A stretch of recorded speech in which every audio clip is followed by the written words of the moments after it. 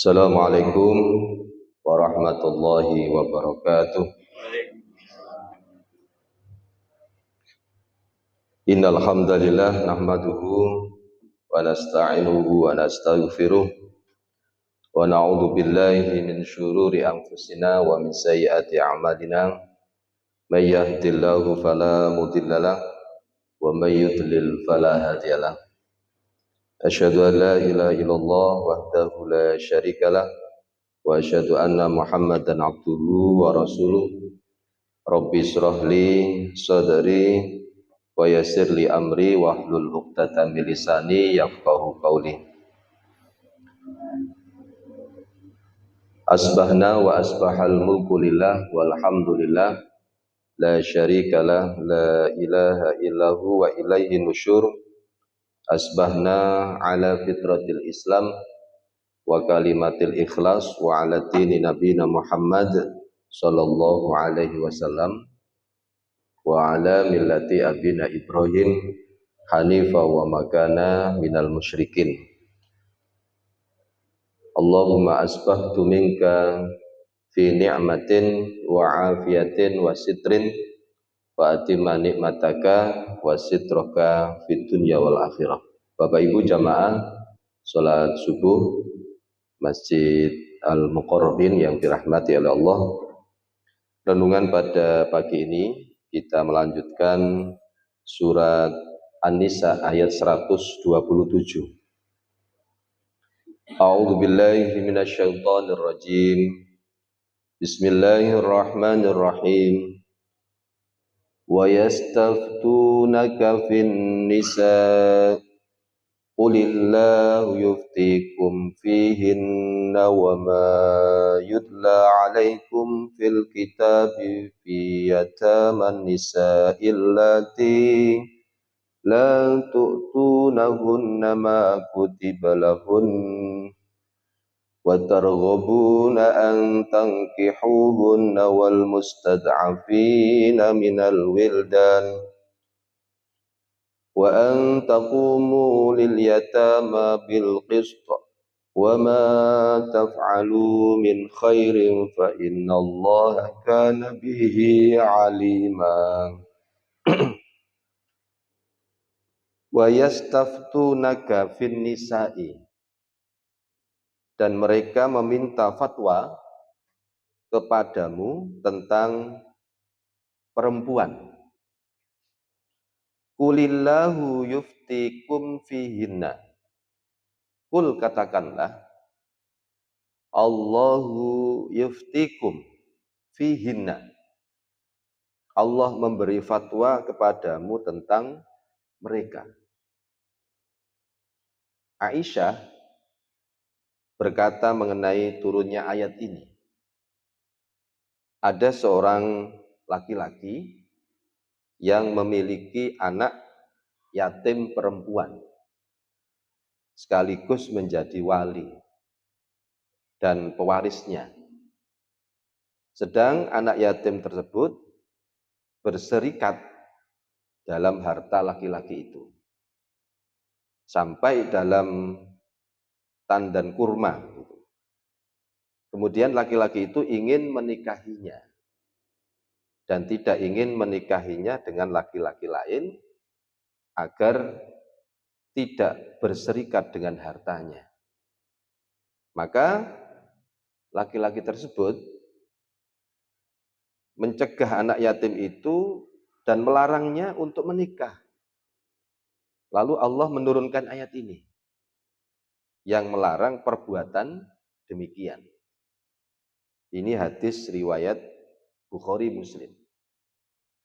Aisyah berkata lagi, kemudian orang-orang meminta fatwa kepada Rasulullah Shallallahu Alaihi Wasallam setelah turunnya ayat ini yang menerangkan perihal anak yatim perempuan.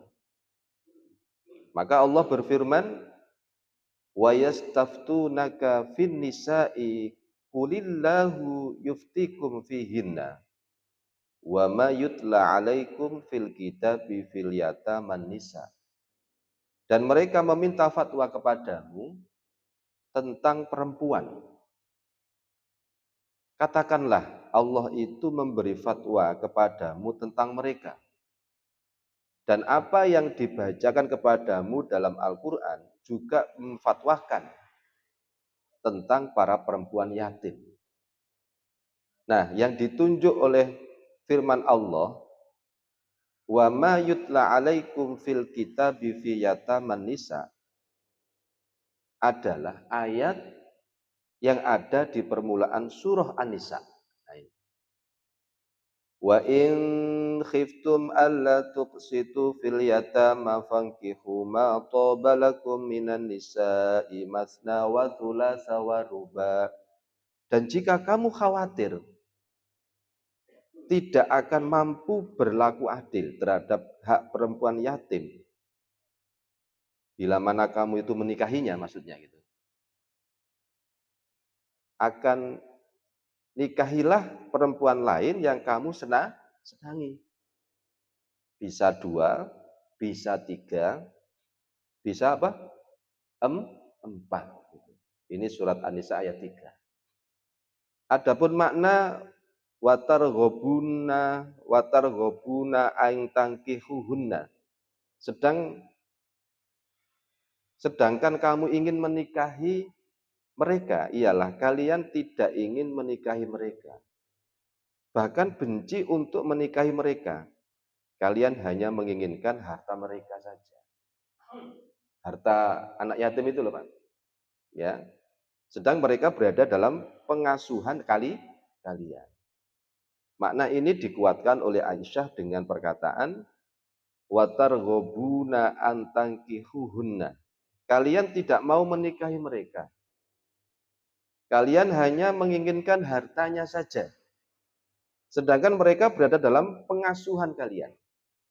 Juga disebutkan oleh Aisyah dengan perkataan, salah seorang dari kalian tidak ingin menikahi anak yatim yang berada dalam pengasuhan ketika anak yatim tersebut hartanya sedikit dan rupanya tidak cantik.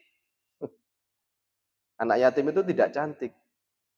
Karena itu Allah melarang orang yang ingin menikahi anak yatim karena menginginkan hartanya, sedangkan kenyataannya tidak menyukai anak yatim itu.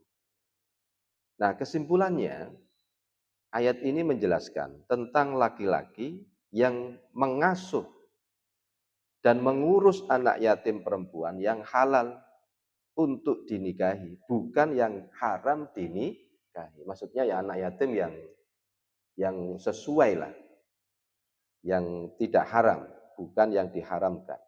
Nah, gadis yang boleh dinikahi itu ada dalam 2 keadaan, Pak. Gadis, Pak. 1, laki-laki benar-benar ingin menikahinya dengan sengaja. Allah Subhanahu wa taala memerintahkan laki-laki tersebut untuk memberikan mahar layaknya wanita lain. Jika laki-laki itu tidak ingin memberinya mahar, maka tinggalkanlah gadis yatim itu dan nikahilah wanita yang lain. Jadi yang pertama itu teman-temanan lah. Ya. Kondisi seperti ini disebutkan dalam ayat surat An-Nisa. Wa in khiftum alla tuqsitu fil yatama fankihu ma tobalakum minan nisa'i masna wa thulatha wa ruba. Itu yang pertama. Keadaan, 2 keadaan. Keadaan yang kedua, laki-laki tidak ingin menikahi gadis yatim. Bahkan membencinya. Karena rupanya yang jelek atau sebab yang lain lah. Tetapi laki-laki tersebut berserikat. Ya, berserikat dalam harta atau tanah milik gadis yatim itu. Wah, anak yatim itu warisannya akeh. Tanahe akeh. Dia merasa khawatir sekiranya laki-laki lain yang menikahi gadis yatim ikut berserikat dalam hartanya. Wah, eman rek. Engko nek ana sing nikahi padahal tanah akeh.